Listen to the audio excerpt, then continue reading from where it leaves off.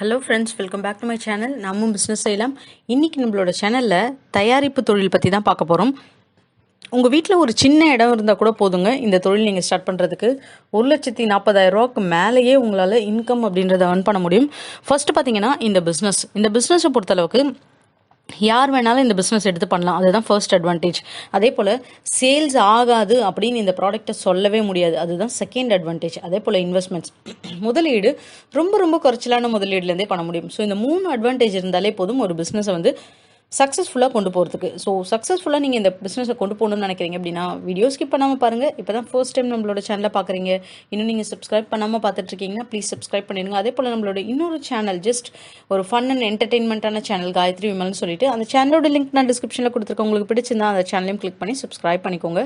So masala items, எல்லா types of masala ஐட்டம்ஸும் எப்படி ஒரு பிஸ்னஸ்க்குள்ளே கொண்டு வருது. ஃபஸ்ட்டு மசாலாவில் நிறைய பிராண்டிங்ஸ், நிறைய காம்படிஷன்ஸ், அங்கங்கே மசாலான்னு ஆரம்பிக்கிறாங்க அப்படின்னு சொல்லிட்டு நம்மள நிறைய பேருக்கு வந்து இந்த பிஸ்னஸ் ஸ்டார்ட் பண்ணால் நமக்கு ஒர்க் அவுட் ஆகுமான்னு யோசிப்பீங்க. ஆனால் நீங்கள் என்ன புதுமையை உங்கள் மசாலாவில் காட்ட போகிறீங்க, அதுதான் மெயினான விஷயம்.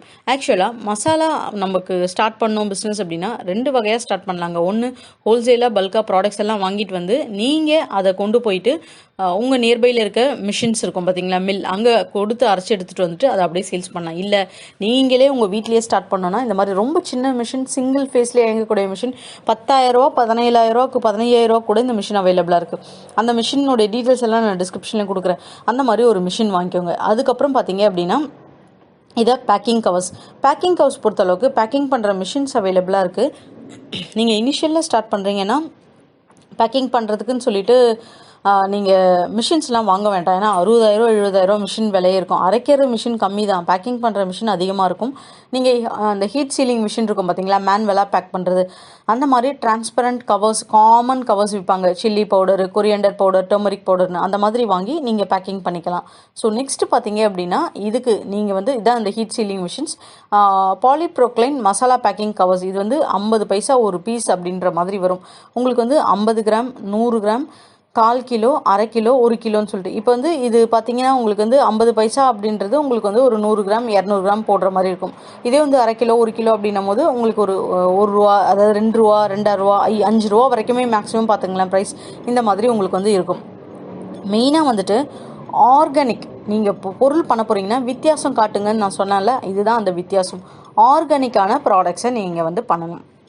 இப்போ ஆர்கானிக்கான டர்மரிக் ஸ்டிக்ஸ் அப்படின்னா இந்த மஞ்சள் குச்சி, இந்த விரலி வந்து உங்களுக்கு 85 ரூபா வரும். ஒரு சில இடத்துங்களில் தான் ஆர்கானிக்னுவாங்க. ஆர்கானிக் அப்படின்றது பெஸ்டிசைட்ஸ் எதுவும் வந்து யூஸ் பண்ணாமல், ஃபர்டிலைசர் கெமிக்கல் யூஸ் பண்ணாமல், அதை வந்து ஜிஎம்ஓ சீட்ஸ் இல்லாமல் தரமாக வந்து அதை வந்து விளைவிக்கிறது தான் வந்துட்டு ஆர்கானிக் அப்படின்னு சொல்லுவாங்க. ஸோ பிஸ்னஸ் பிளான் என்ன அப்படின்னா, டர்மரிக் ஸ்டிக்ஸ் ஒரு 90 ரூபா பர் கேஜி அப்படின்னு நீங்கள் வச்சுக்கோங்க.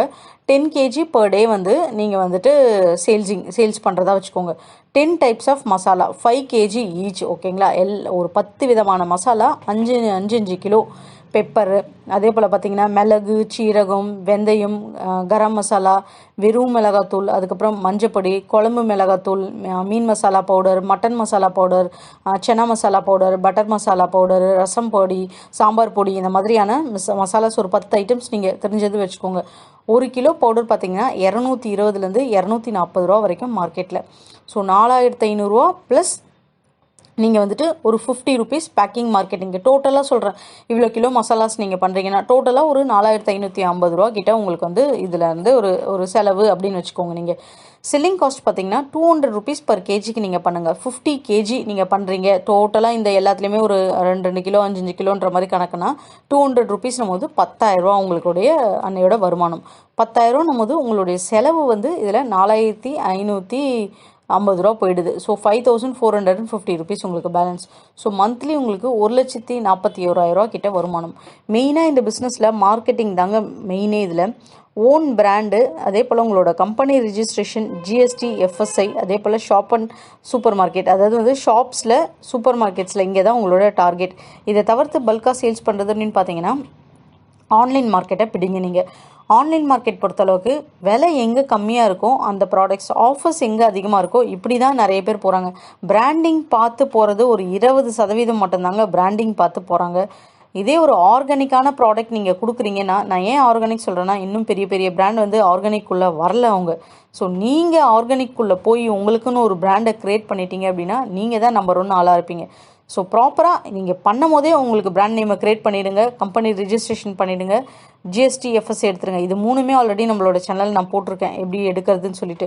ஸோ அதன்படி நீங்கள் இந்த டாக்குமெண்ட்ஸ் எல்லாம் ரெடி பண்ணி டீட்டெயில்ஸ் எடுத்துட்டீங்க அப்படின்னா ரொம்ப சூப்பர். தாராளமாக இந்த பிஸ்னஸை எடுத்து நீங்கள் பண்ணலாம். மசாலா ஐட்டம்ஸ் அப்படின்றது எப்பயுமே நல்ல சேல்ஸ் ஆகிட்டு இருக்கிற ஒரு ப்ராடக்ட்ஸ் தான் மசாலா ஐட்டம்ஸ். நீங்கள் இந்த தொழிலை எடுத்து பண்ணுறதுக்கு நேரம் காலம் அதெல்லாம் சூஸ் பண்ணவே வேணாம். உங்களுக்கு தரமாக அதோட இன்க்ரீடியன்ஸு அது எப்படி பண்ணணும் அப்படின்ற விஷயங்கள் தெரிஞ்சாலே போதும், இந்த தொழில் எடுத்து நீங்கள் பண்ணலாம். ஸோ இன்றைக்கி நான் ஷேர் பண்ணியிருக்க இந்த பிஸ்னஸ் டீட்டெயில்ஸ் கண்டிப்பாக உங்களுக்கு ஹெல்ப்ஃபுல்லாக இருக்கும்னு நினைக்கிறேன். ஹெல்ப்ஃபுல்லாக இருந்தால் நம்மளோட சேனலை சப்ஸ்கிரைப் பண்ணுங்கள், அப்படியே உங்கள் ஃப்ரெண்ட்ஸ் கூட ஷேர் பண்ணிவிட்டு ஒரு லைக் பண்ண மறக்காதீங்க. தேங்க்யூ.